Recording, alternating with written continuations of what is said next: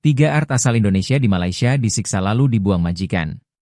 3 asisten rumah tangga, art, asal Indonesia yang bekerja di Johor, Malaysia, akhirnya melaporkan dugaan penyiksaan yang mereka alami setelah hampir setahun memilih diam. Ketiga korban mengaku baru berani berbicara karena selama ini merasa takut dan masih mengalami trauma akibat perlakuan majikan mereka.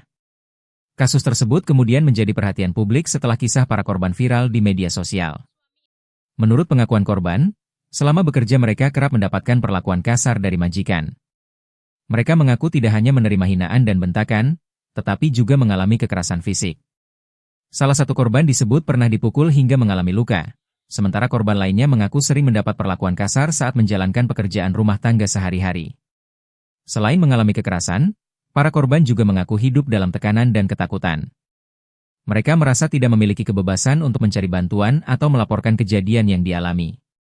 Kondisi tersebut membuat mereka memilih bertahan dan menyimpan penderitaan yang dialami selama bekerja di rumah majikan. Setelah tidak lagi dipekerjakan, ketiga art tersebut mengaku ditinggalkan begitu saja oleh majikan.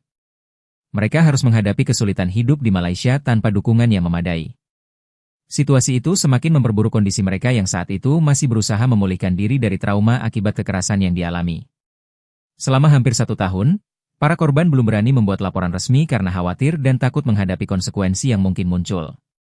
Namun setelah mendapat dukungan dari sejumlah pihak dan merasa memiliki keberanian untuk mencari keadilan, mereka akhirnya memutuskan untuk melapor serta menceritakan pengalaman yang dialami kepada publik.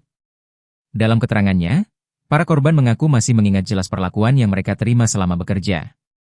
Mereka berharap kasus yang dialami tidak hanya berhenti pada laporan semata, tetapi juga dapat diproses secara hukum agar pihak yang diduga melakukan penyiksaan bertanggung jawab atas perbuatannya.